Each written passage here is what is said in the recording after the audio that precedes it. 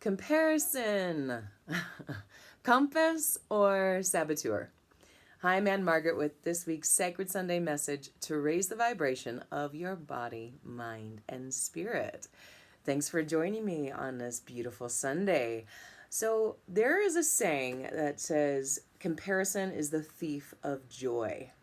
I think that gives comparison quite a lot of power in a not so great negative way. Okay, so how do we redefine our relationship to comparison so that we can utilize it to help us navigate this game of life and not utilize it to crush us or buy into this ego trip of dominance compared to others, because we are all experiencing a very unique experience, right? So how do we use comparison for the way that it was, I believe, designed to be used? All right, it's like a hammer. You don't use a hammer to hit yourself over the head, you use it to build something. I think compassion's the same way. Okay, so let's look at this.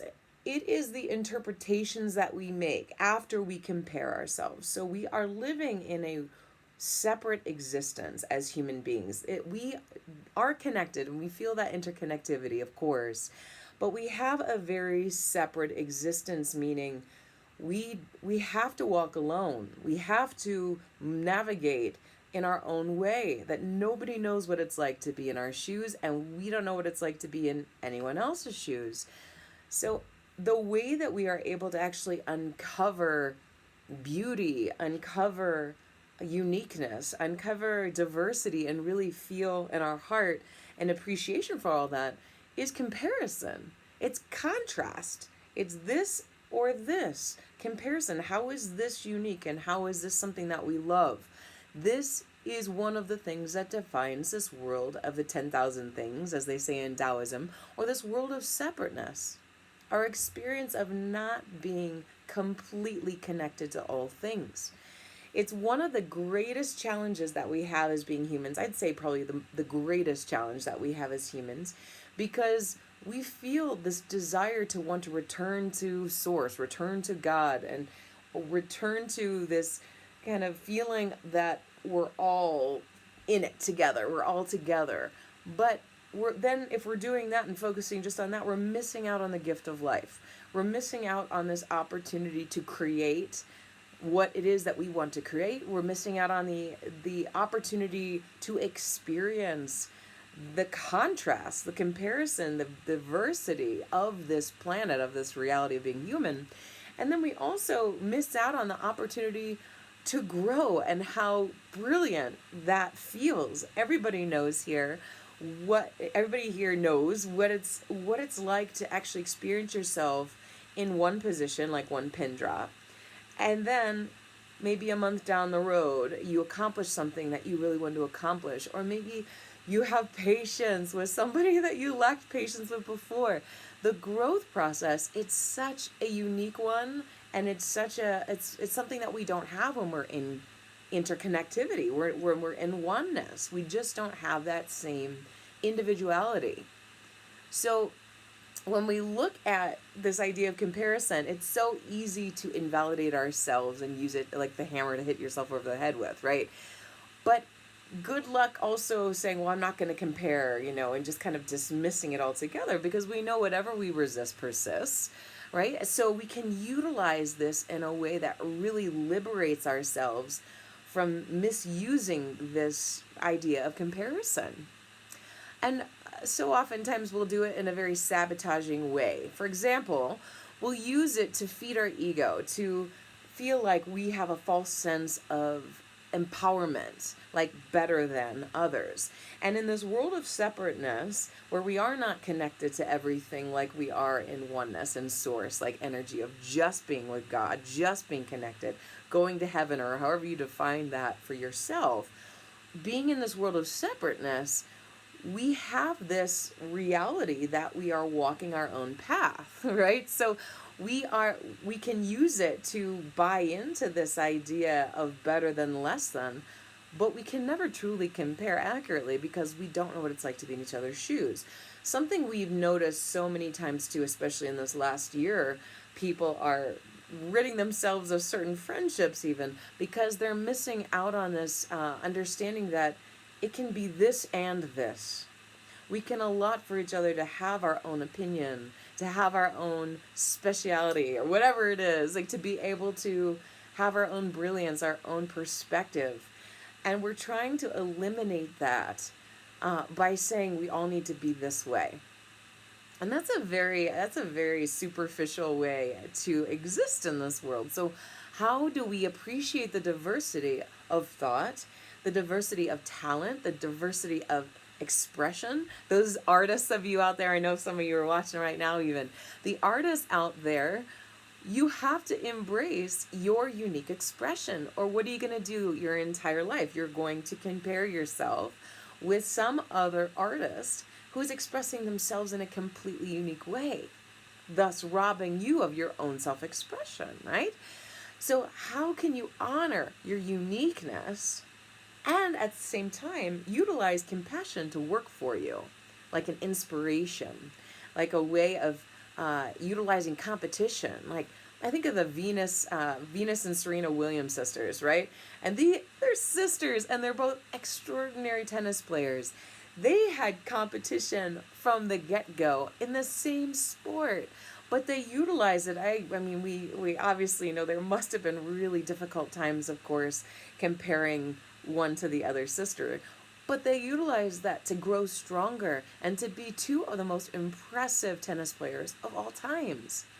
So how do we use comparison as a compass, as a way to inspire ourselves, and as a way to even celebrate others' uniqueness? It is possible, but we have to let go of over-identifying with our separateness as well. Meaning, if we're over-identifying and we're with a separateness, we forget to like cheer for the team. We forget to cheer for each other and celebrate each other's successes.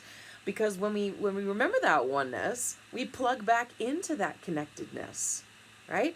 But how do we keep both at the same time?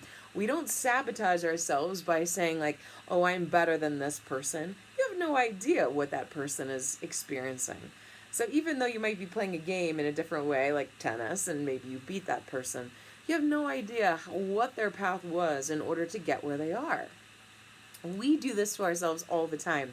We compare our reality with other people's reality, and we have no idea what that reality is like for them. Isn't that crazy? There's a beautiful quote that a lot of people put at the bottom of their emails, which I love, which is, be kind. You never know what battle others are fighting. Something like that, paraphrasing. But I love that because it just reminds us that even though we're all having this separate experience, we have to remember to honor that in ourselves. So when we compare ourselves with anybody else, like somebody who has a bigger bank account, somebody who has more success, quote unquote, in this world from the external validation, we rob ourselves of our own uniqueness. That's where I think the quote comes from, comparison being the thief of joy. But it only is if we misuse it. We only allow comparison to be the thief of joy when we dishonor our unique experience, our own path. When we equate others' success and let that disvalue us, disvalue our worthiness, our ability, our potential, right? So when we do that, we are robbing ourselves of our own joy, of our own unique expression of this life. As we move through our own game of life, if we're saying, oh my gosh, I'm not where that person is, well, of course you're not. You didn't have their background that they did. You didn't walk through the fires that they walked through, or you didn't have the doors or the opportunities that they had, but you have your own. So this relationship to comparison really is about, how are you embracing yourself? How are you, rather than playing this self-pitying game, like resigning yourself towards like, oh, others have it better than I do, that's really a belief system that is a disempowering belief, right? Because then that will only go down that road of self-victimization. So how do we change that? How do we alchemize that way of using comparison? Here's how we do it. All right, let's dive in a little bit further. So when we look at the ego's addiction to being right, to being better than, or to having this comparison as a way to reflect our worthiness or our value in this world, we'll fail every time. We'll end up in the false belief of unworthiness, or believe in our own limitations, or believe that we're in competition with one another in a way that is trying to grab the pie of worthiness or appreciation or looking good. That's all the traps of the ego. That's the ego driving the bus rather than the ego serving you. Serving you. It's your ego being your master rather than your servant. So when we use compassion in an empowering way, here's how we do it. We remember that life is a game. We stop being so overly significant. There's a video I did a couple weeks ago called, "Are you taking life too seriously?" Are you equating your successes with your value? Or do you know that you are intrinsically sovereign? Do you know that you are intrinsically a gift, a miracle? Walking around in this life as a human being is a miracle. To be who we are, to have our bodies work the way that they so brilliantly do, to have ourselves able to think, create, grow, experience. It's a pretty miraculous thing. So we can use comparison as the same way that the Venus sisters, or I keep calling them the Venus sisters because they're just gorgeous goddesses, I think, to me. But these two the Williams sisters playing tennis did for each other. They used it to better their game. Can we look at people that we desire to be like? Or maybe there's jealousy, maybe there's envy, all right? That is the way you use comparison in a really disempowering way. Can you instead go, wow, look at them, look at what they've created. And then acknowledge to yourself, this is something that my heart longs for. That's the compass part. And you looking at other people and saying, wow, that's something I would really love. Like, how do I get there? Maybe seek their advice. Read their autobiography or their biography to understand what steps that they took in order to get where they are, rather than feel like you're in personal competition with them for feeling good enough or worthy. All right. So remembering that life is a game. We are here to create. We are here to grow. We're here to experience. That's it. We are not here to prove that we are worthy of love. We are love. We're not here to prove that we are worthy of pats on the back from our parents, our teachers, our pastors, God, this idea of being good enough. It's not about that. Remembering that we are sovereign, that we are here to create. We are here to grow. We are here to experience. We are not here to prove anything about our worthiness. We kick the worthiness question out of the brain and instead fall in love with the creation, what you're creating, how you're living your life. And look at these people that you admire and shift into that place of going, wow, that's incredible. And then using that inspiration, I use the example of like those bowlers out there. I love bowling. I think bowling is so much fun. I don't do it nearly enough. I probably have gone in years. But when you have those bumper lanes up there, like you use them as kids, but if you're really bad as an adult, you can also put the bumper lanes up where it stops you from going into the gutter. It keeps you on track. And if you can think of comparison, every time you look at somebody, you go, wow, or you feel even feelings of jealousy, if it goes negative, or envy, go, okay, that person is a compass for me. That person is someone who can help steer me back onto the path that my heart is desiring. Rather than competing with them, instead, allow yourself to be emboldened by their path, to be inspired by their path, and then challenge yourself. This happens in relationships all the time, right? Some of my coaching clients are struggling with this week of like feeling like charged in relationships, like arguments of trying to dominate one another. This happens all the time, right? Personal, like in your romantic relationships, with your siblings, your family members, your friends even. And instead of trying to be right and comparing your truth to their truth, like someone's got to win, how about you be curious about how you can grow more so? Stay on your side of the fence. look at that like, wow, I'm getting really triggered right now. I'm getting really envious, or I'm wanting to win or crush the other person, or this is all comparison. This is all a dysfunctional way of relating to our ego, rather than saying, oh, that person is different from me. That person has a different perspective. You don't have to sacrifice your own truth or self-expression, but you can look at them and say, what can I learn from this person? Harnessing that student archetype to say, how could I grow here? Because the second we attach to our truth as being the truth rather than our truth, the second we relate to our belief system as absolute, like there's nothing more to glean, we sacrifice our growth. We sacrifice a new depth of perspective or a new facet of understanding. So instead of comparing like who is the greater one, that's totally ego driving the bus. That's ego playing master. We instead look at that sovereignty in each person. If you looked at every single human being, especially the ones that really get under your skin, as your teachers, as your inspiration to grow, as your gifts, gift to your growth, to your understanding, to your ability to open your heart even more so, then you will be more at peace. You will be more effective at what you're creating in your life. You will have access to a depth of peace, and I wore my peace shirt today, it's perfect, right? You'll have a depth of peace available to you where you will remember that it's not a question of your worthiness or trying to seek love, that you're channeling that love, you're channeling that peace, that divine gift of life, being excited, being impassioned by it again. So many of you are changing your careers right now too, right? With all the changes in the world. So remembering who you are, putting back the pieces together of who you are is what will change your relationship to comparison. You are not here to prove anything. You are not here to earn anyone's respect or love. You are here to be love. You are here to be the miracle that you are and create in your life whatever you desire.